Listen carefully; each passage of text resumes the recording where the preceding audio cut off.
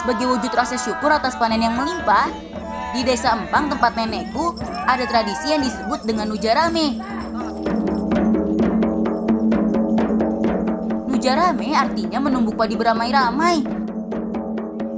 Prosesi adatnya dimulai dari arak-arakan ibu-ibu yang membawa hasil panen di kepalanya menuju masjid. Arak-arakan ini diikuti oleh sebagian besar warga.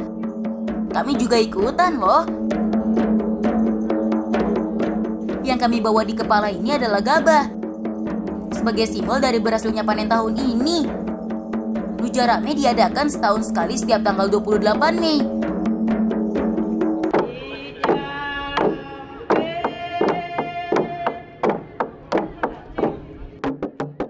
Setelah sampai masjid, saatnya menumbuk gabah beramai-ramai dengan menggunakan alu.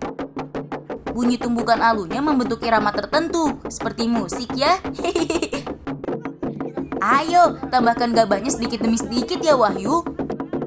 Sebagai wujud rasa syukur, setiap dusun membawa hasil panennya sebagian untuk disumbangkan ke masjid.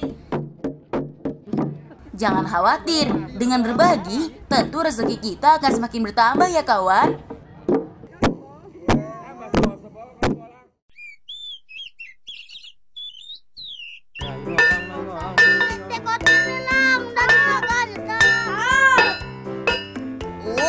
Berat sekali palunya kawan.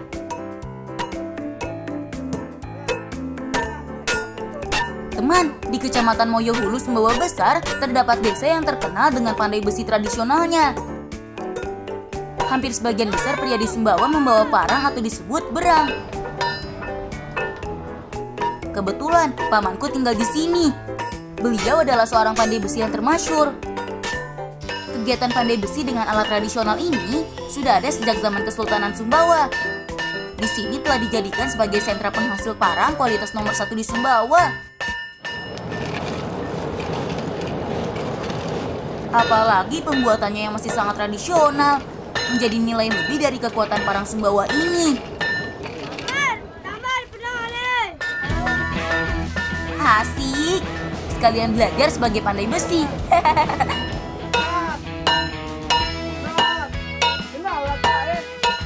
Yang memukul-mukul besi seperti aku dan Wahyu disebut dengan sawi. Nah, kalau yang memompa udara supaya api tetap menyala dengan baik disebut murung.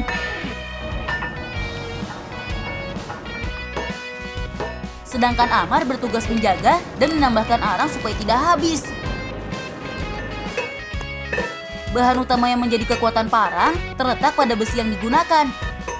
Oleh karena itu, besinya harus besi yang bagus.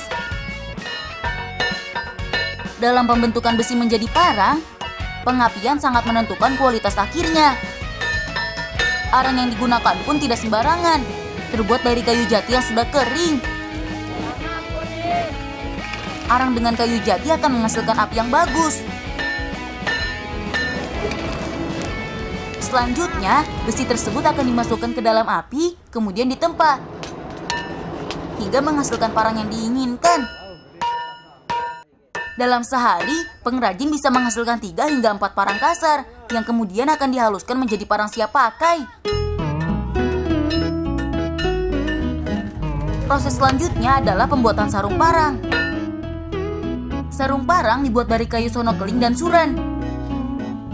Kayu yang telah dipilih akan dipahat dengan motif-motif khas Sumbawa. Saat ini, parang asli Sumbawa karya pengrajin batu alang menjadi primadona masyarakat Sumbawa. Tidak hanya itu, masyarakat luar Sumbawa seperti Lombok, Bali, dan Jawa juga banyak yang memesan. Kualitasnya dijamin bisa menyaingi parang dari daerah lain deh. Harga parangnya berkisar antara 200.000 hingga 350.000 rupiah, tergantung dari besar dan kerumitan pesanan sarung parangnya.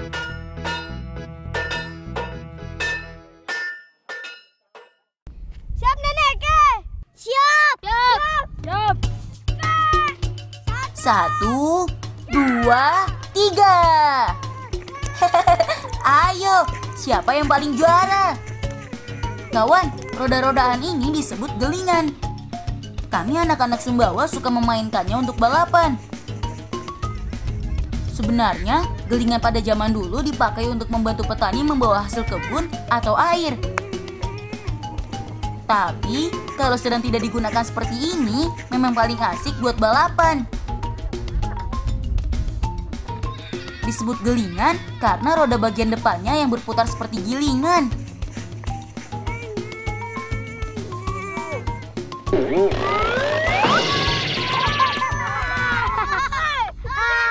Aduh, hati-hati dong bermain gelingannya, jadi rusak deh.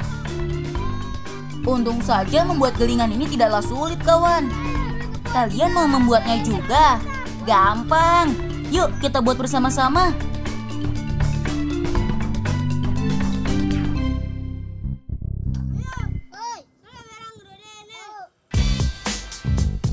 Kita hanya membutuhkan sebilah bambu yang panjang, kayu bulat untuk roda, dan beberapa kayu yang dipotong kecil sebagai tuas atau penahan. Bambu yang telah dipotong ujungnya, kemudian disisipkan roda yang bulat. Jangan lupa pasang tuas di atas dan di bawah, supaya tidak lepas. Jadi deh, mudah bukan?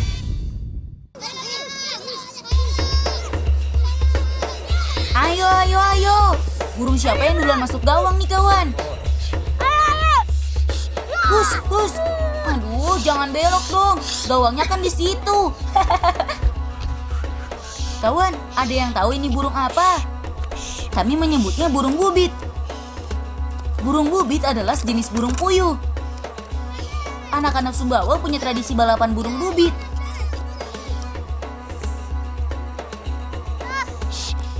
Siapa yang burung bubitnya masuk ke gawang, dia yang jadi pemenangnya. Jadi aturannya, kami harus menggiring bubit supaya masuk ke gawang. Burung bubit suka sekali semak-semak untuk bersembunyi.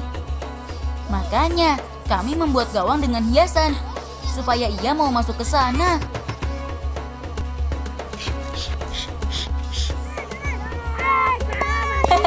Bubitnya Wahyu dan Rezi yang juara. Wahyu, Tom terlepas pionnya. Kamu kenanta tapi melemas nah. Kenapa? Karena seharian bermain balapan bersama kami, si burung bubit ini nampak lemas, kawan. Aku khawatir ia akan mati. Lebih baik kita lepaskan saja yuk. Hati-hati di jalan ya, Bubit. Tuh kan, ia langsung lari dan menghilang di balik semak-semak. Benar, Nesa. Iya, dua-dua sih.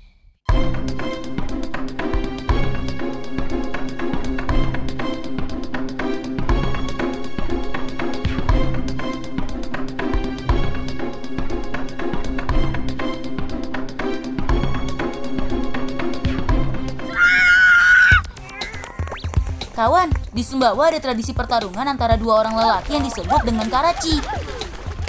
Dahulu, karaci merupakan hiburan bagi para raja di Sumbawa. Keahlian saling pukul dan menahan pukulan lawan menjadi tontonan yang sangat menghibur. Inilah awal mula karaci tersebar di masyarakat Sumbawa hingga menjadi tradisi yang merakyat. Permainan karaci biasa dilakukan oleh dua orang dewasa suku Samawa, suku asli Sumbawa. Para petarung menggunakan tongkat yang disebut sesamudan impar atau perisai yang terbuat dari kulit kambing atau kerbau. Tapi, kami punya permainan karaci ala si bolang nih. Tongkat dan perisainya terbuat dari pelepah pohon pisang. Yang penting gak kalah seru. Eits. Siapa yang jago menyerang dan menangkis, dialah pemenangnya. Karaci ala si bolang paling asik dimainkan di sawah yang berlumpur dan hendak ditanami padi. Jadi bisa sekalian membajak tanah supaya gembur.